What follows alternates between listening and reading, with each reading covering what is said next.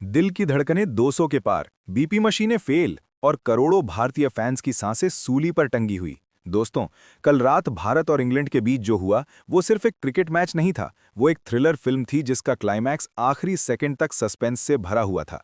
जब आखिरी ओवर की उस गेंद पर जेकब बेथेल क्रीज की तरफ दौड़ रहे थे तो कसम से ऐसा लगा जैसे समय रुक गया हो। लेकिन तभी हमारे अपने कुंग फू पांड्या यानी हार्दिक का वो रॉकेट थ्रो सीधा स्टंप्स पर लगा।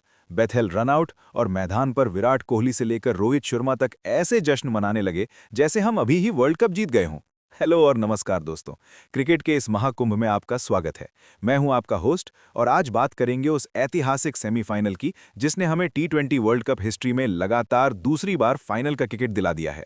डिफेंडिंग चैंपियन भारत एक बार फिर फाइनल में है, लेकिन रुकिए, खुशियों के इस माहौल में एक डर भी है, एक ऐसा खौफ जो हर सच्चे भारतीय क्रिकेट फैन को अंदर ही अंदर सता रहा है। वो खौफ है अहमदाबाद। जी हां, फाइनल मुकाबला अहमदाबाद के नरेंद्र मोदी स्टेडियम में होने वाला है। मुझे कमेंट सेक्शन में ईमानदारी से बताना, क्या आपके भी रोंगटे खड़े नहीं हो जाते ये नाम सुनकर?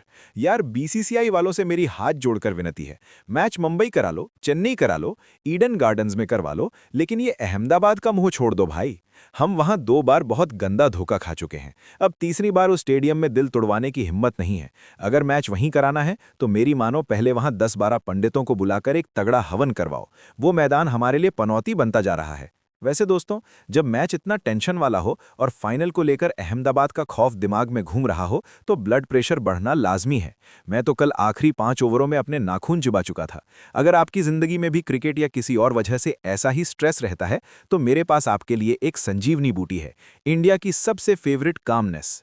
ये कोई आम एनर्जी ड्रिंक नहीं है जो आपको हाइपर कर दे, बल्कि ये आपको रिलैक्स करती है। इसमें जीरो एडेड शुगर है और सबसे खास बात, ये नेचुरल हर्ब्स से बनी है। कल जब इंग्लैंड वाले कूट रहे थे तो मैंने भी इसी का एक कैन खोला था और सच बता रहा हूं, दिमाग एकदम शांत हो गया। क्योंकि 2026 का वर्ल्ड कप चल रहा है ना, तो जाइए और अपनी शांति का जुगाड़ कर लीजिए। अब वापस लौटते हैं मैच की असली कहानी पर। कल के मैच में हमारी जीत की नींव रखी गई हमारी ताबड़तोड़ बैटिंग से। बोर्ड पर टंगे थे 253 रन। जी हां, 253 का पहाड़। लेकिन इस पहाड़ को बनाने में सबसे बड़ा मास्टर स्ट्रोक था कैप्टन और मैनेजमेंट का वो फैसला जिसने इंग्लैंड के होश उड़ा दिए। सूर्य कुमार यादव ने एक बहुत ही साहसिक कदम उठाते हुए खुद से पहले शिवम दुबे को बैटिंग के लिए भेज दिया। और भाई साहब, दुबे जी ने जो तबाही मचाई है, सिर्फ 25 गेंदों में 43 रन की वो पारी किसी आंधी से कम नहीं थी। और उनके साथ जो दूसरे छोर पर खड़े थे, उन्हें तो कल प्लेयर ऑफ द मैच का ताज पहनाया गया, हमारे संजू सैमसन। क्या क्लासिकल और रूथलेस बैटिंग की है इस बंदे ने। लेकिन क्रिकेट में किस्मत का सिक्का कब पलट जाए कुछ नहीं कह सकते। आपको याद है ना, तीसरे ओवर की दूसरी गेंद, संजू उस वक्त सिर्फ 15 रन पर खेल रहे थे और इंग्लैंड के हैरी ब्रूक ने उनका एक आसान सा कैच टपका दिया। बस वही वो पल था जिसने पूरे मैच की स्क्रिप्ट बदल कर रख दी। ब्रूक ने सिर्फ कैच नहीं छोड़ा, इंग्लैंड की किस्मत छोड़ दी।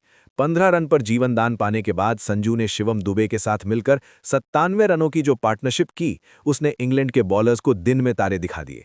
संजू सैमसन अब एक अलग ही जोन में है। उन्होंने इस टूर्नामेंट में छक्कों की बारिश कर दी है और रोहित शर्मा का 15 छक्कों का रिकॉर्ड भी पार कर लिया है। उनके साथ साथ शिवम दुबे भी इस टूर्नामेंट में 15 छक्के जड़ चुके हैं। हमारी बैटिंग लाइनअप इस वक्त दुनिया की सबसे खतरनाक लाइनअप बन चुकी है। लेकिन पिक्चर अभी बाकी थी मेरे दोस्त।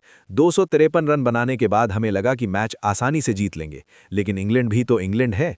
एक वक्त ऐसा आया जब 16.2 ओवर्स में इंग्लैंड का स्कोर 195 रन पर 5 विकेट था। मजे की बात देखिए, जब इंडिया बैटिंग कर रही थी तब हमारा स्कोर भी इस पॉइंट पर एकदम सेम, यानी 195 रन पर 4 था। इंग्लैंड की टीम हमारे ही पेस से रन बना रही थी और डर लग रहा था कि कहीं बाजी हाथ से फिसल न जाए। तब एंट्री होती है हमारे संकट मोचक, हमारे जादूगर जसप्रीत बुमराह की। बुमराह ने 16वें और 18वें ओवर में जो बॉलिंग की है, उसे बॉलिंग नहीं कला कहते हैं।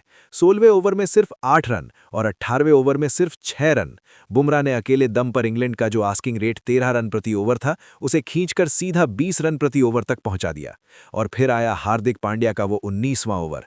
आपको याद होगा, पिछले कुछ सालों से 19वां ओवर हमारे लिए हमेशा एक सदमा लेकर आता था, लेकिन कल हार्दिक ने पुरानी सारी यादें धो डाली। उस अहम 19वें ओवर में हार्दिक ने सिर्फ 9 रन दिए और सबसे खतरनाक दिख रहे विल जैक्स का विकेट निकाल लिया। लेकिन उस विकेट में जितनी तारीफ हार्दिक की है, उतनी ही तारीफ फील्डिंग की भी होनी चाहिए। अक्षर पटेल और शिवम दुबे ने जो बाउंड्री पर रीले कैच लपका, उसने महफिल लूट ली। अक्षर ने हवा में उड़कर गेंद पकड़ी, बैलेंस बिगड़ते देख गेंद अंदर उछाली और दुबे ने उसे सुरक्षित हाथों में थाम लिया। वो इस मैच का सबसे बड़ा टर्निंग पॉइंट था। अंत में भारत ने 7 रनों से इस महामुकाबले को अपने नाम कर लिया। तो दोस्तों, सेमीफाइनल फतेह हो गया है, लेकिन जश्न मनाने का वक्त अभी नहीं है। फाइनल में हमारा सामना उस टीम से है जिसने हमें हमेशा आईसीसी टूर्नामेंट्स में रुलाया है, न्यूजीलैंड। और ये कीवी इस बार भी खूंखार फॉर्म में है। उन्होंने दूसरे सेमीफाइनल में साउथ अफ्रीका जैसी मजबूत टीम को 9 विकेट से बेरहमी से रौंद दिया है। न्यूजीलैंड के फिन एलन ने जो साउथ अफ्रीका के बॉलर्स का हाल किया है, वो डराने वाला है। सिर्फ 33 गेंदों में शतक। जी हां, आपने सही सुना। फिन एलन की उस सुनामी ने हमें एक बड़ी चेतावनी दे दी है। फाइनल में हमारी लड़ाई सिर्फ न्यूजीलैंड से नहीं, बल्कि उस 33 गेंदों वाले तूफान से भी है।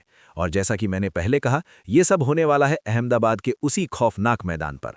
तो दोस्तों, तैयार हो जाइए 8 मार्च के उस महासंग्राम के लिए। मैं तो बस यही प्रार्थना कर रहा हूं कि बुमराह, हार्दिक, संजू और हमारी पूरी टीम फाइनल में भी इसी शेर वाले अंदाज में खेले और एक बार फिर तिरंगा लहराए। आपको कल के मैच का सबसे बेहतरीन मोमेंट कौन सा लगा? क्या वो अक्षर का रीले कैच था, संजू की बैटिंग या हार्दिक का वो रनआउट? मुझे कमेंट सेक्शन में जरूर बताइएगा। और हाँ, क्या आपको भी अहमदाबाद वाले वेन्यू से मेरी तरह डर लग रहा है? अपनी राय जरूर शेयर करें।